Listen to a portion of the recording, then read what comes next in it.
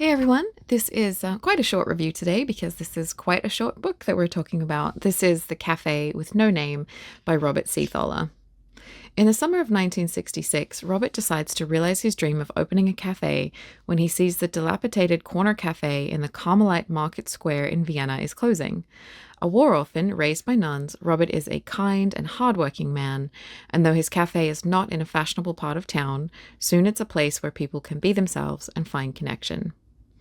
Robert Seethaler is an Austrian writer who was born in 1966, the year that this book opens. He's the author of 8 novels, including A Whole Life, which won the Man Booker Prize in 2017.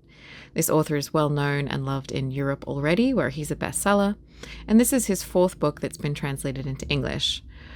For me, this is the first of his books that I have read or come across. And after reading this, I think I'll probably keep an eye out for some more from this author. I quite like this one. Café with No Name is a thin book at 191 pages, but it feels just the right length, honestly. I have read a few recently that have been more in the sort of longer, 500 to 600 page category or like length. And yeah, this felt quite refreshing in that it just it told the story that it set out to tell without too much elaboration or filler. And I was really happy with that, honestly. So it has the word cafe in the title. It's not one of those cute and cozy cafe books. It's a little bit more in the literary fiction kind of genre, I would say. Though that said, it's not trying to send sort of a big message or have a philosophical outlook or anything like that. The book goes along gently, telling us stories about Simon, who opens the cafe, and then the stories from the lives of people like his friend, the butcher, his waitress, Mila, the widow he rents a room from, and different patrons of the cafe a little bit. And it shows the changing face of the corner of the town where they all live to some extent as well. A little bit of the passage of time, sort of social change, a little bit of that as well. It's a small portrait of the lives that connect and intersect the cafe and how the space connects them, giving them a place to forget their troubles or to talk and find comfort. They're all just normal, everyday working men and women, and their lives are full of hubris and humanity, everyday existential angst, and everyday tragedies. You feel the time slowly passing and the light changing with the seasons as the book takes you along. In some ways, there are no huge dramas here.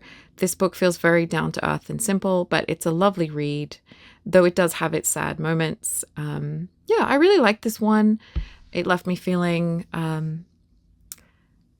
little, sort of bittersweet. And I really like this one. So this one is for you if you're looking for a lovely short novel, something a little bit different maybe. It's one, if you're sort of somebody that likes to curl up in a cafe with a book in the afternoon sun, or you like to go and sip coffee and have a little gossip with a friend, this is the kind of book that I think will appeal to you. It is beautifully written and it feels very heartfelt. And I think this one is really good. So that's The Café with No Name. It's out in February 2025. And thank you to PGC Books for the ARC of this book for review. And thank you for watching.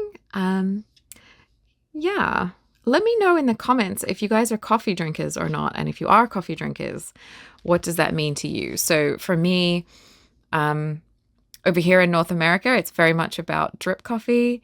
But I'm from Australia, where the more sort of Italian espresso style is more of a thing. But for me, coffee is very much a comforting thing.